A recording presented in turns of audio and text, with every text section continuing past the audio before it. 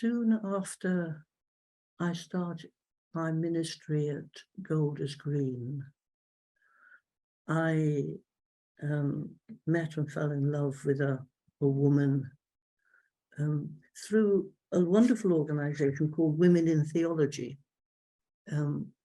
This was a radical feminist movement that had been set up initially by Anglicans to provide theological training for ministers, for women, so that when they were eventually called to the priesthood, they would have some theological training.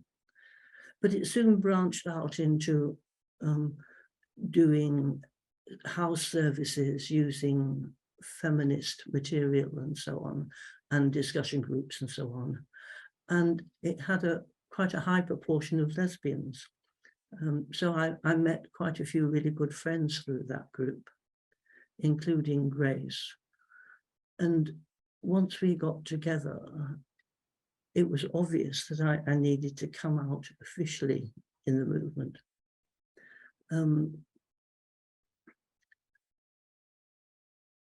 I remember giving a paper at the 1990 Ministers' Conference on liberation theology.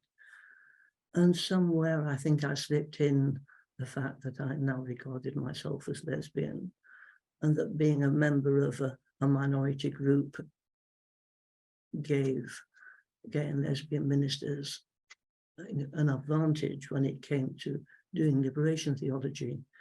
I've got a feeling that some people didn't hear it, but some people did hear it, but didn't hear the rest of the paper. And I remember one of my friends going to check afterwards that I had actually meant it. And one or two others saying, well, it's nothing new. We've had women ministers who lived with other ministers in the past. We just didn't name them. Though one person did say at the end of the conference we hadn't done any proper theology, but I think that was more a reflection of liberation theology or my paper than of his attitude on sexuality.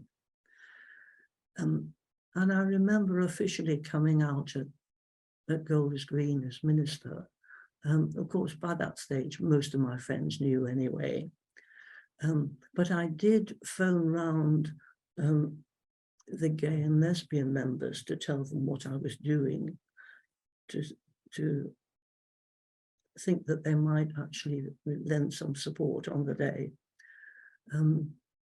The only negative comments I had was from a lesbian couple who said, please don't do it. We don't want the church to be known as a gay church. But I did it, and nobody turned a hair, really. And I thought my family were fine with it too, because Grace and I had done things with the family as a couple, and again, nobody seemed to turn a hair. But when I came to leave Golders Green in 1995, we decided we'd hold a celebration of our partnership before we left London, because that's where our friends were. And I invited some members of my family who were mainly in the north.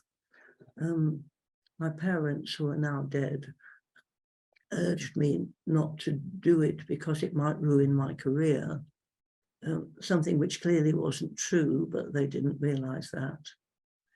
And then one person said he wouldn't come because his wife disapproved, which was a bit of a blow. But I had one aunt who lived in London who, in retrospect, I had actually done a good job of supporting the black sheep in the family. But she came to the ceremony and that was fine. And then we moved up north. As the first person the woman who was obviously out as a lesbian and proud of it, I felt I had a ministry just being who I was.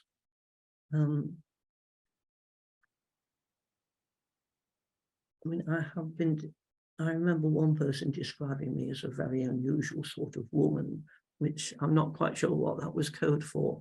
But on the whole, I found that being a minister, doing ordinary ministerial things, and being known as a lesbian did, I think it helped to destroy some of the myths, you know, about how lesbians either had to be butch or femme, which might have been true many years ago, but it's certainly not true for the past 30 years. So it seemed to me it was important just to do my ministry as well as I could and, you know, be a lesbian. Because since then, there are quite a lot of other women who are known as lesbians. And I guess people really don't bother these days. It's not a problem. It certainly wasn't a problem for me in becoming either principal of a college. Ecumenically, I think I found that people didn't mind Unitarians being lesbian. They might have been slightly more worried if their own members were lesbian. And it certainly hasn't damaged my career in the General Assembly, as my parents feared.